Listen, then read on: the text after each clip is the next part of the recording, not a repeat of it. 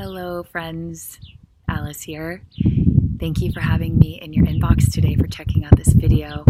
It's a big deal, your time, and I will always honor it and make the most of it.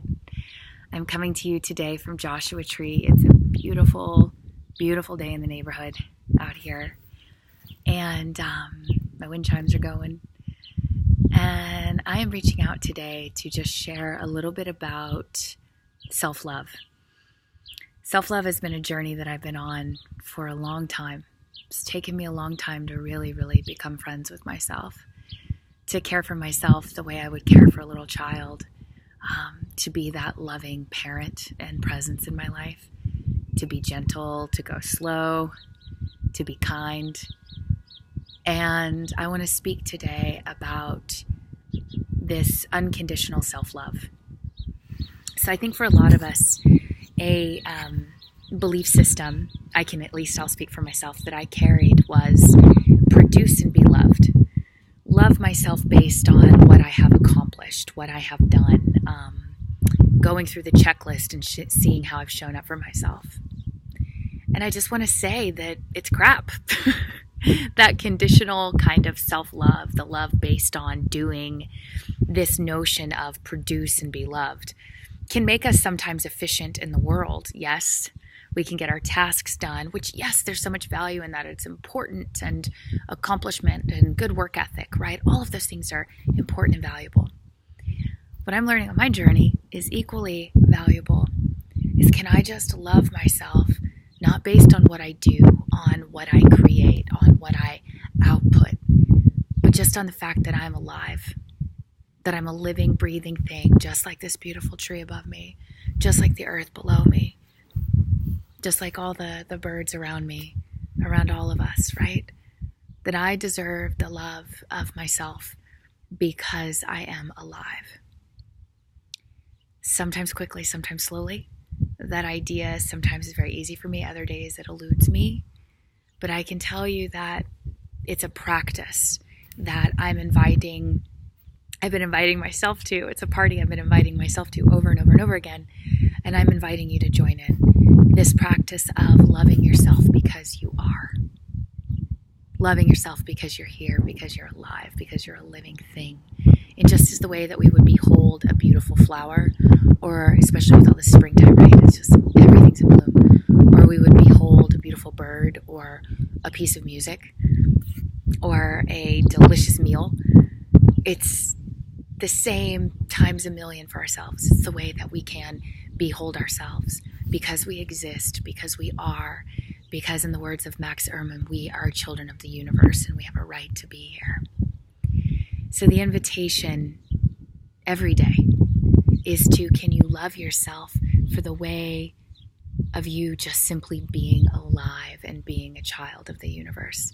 This unconditional love that is not based on doing, but is based on your essence and your nature. Something to think about, some food for thought. The ways that I do this is I will do a writing practice with myself. So I'll go back and forth between my dominant hand and non-dominant hand. And there's some parts of myself that I find really hard to love, I'll be honest. Parts that maybe are a little more vulnerable or are a little more unconscious, right? Maybe parts that are a lot more young than the parts that I like to bring forth. So maybe things that feel needy or want approval or are impatient or rebellious or scared. Those aspects of myself, I will write kind of like a loving parent. I'll say, how are you doing? How are you feeling? And then with my non-dominant hand, I'll let that aspect, let's say it's insecurity, I'll let that aspect speak and start telling me what it's afraid of, what it needs, what it's feeling. And then I'll dialogue back and forth with it like it's a scared young child.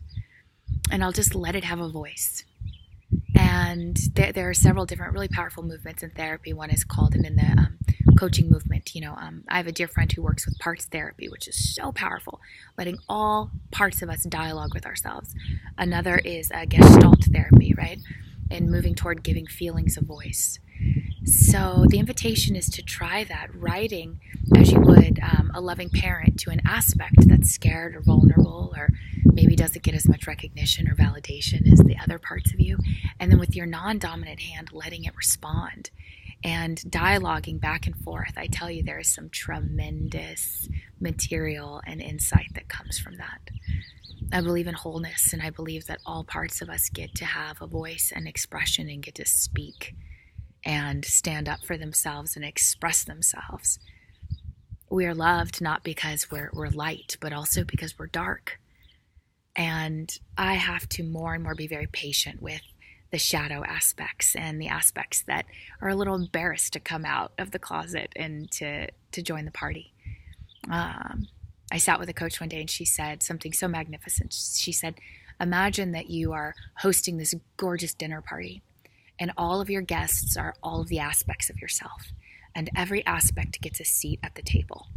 So that's what this invitation is about today. And I believe I have experienced personally that the more I invite, welcome in, everybody gets a voice and a seat at the table, the more self-love that I have and the better I feel. And I feel a sense of humility of like, yeah, I got some good stuff, got some not so good stuff, but I'm going to love all of it and laugh with it. And sometimes at it, and sometimes at myself, and not take it all so seriously. So share with me, what is your practice? How have you come to understand self-love? What does that journey look like for you? And how can you be unconditionally kind to yourself no matter what? Have a beautiful day. Satnam, Viva, Aho, all the things.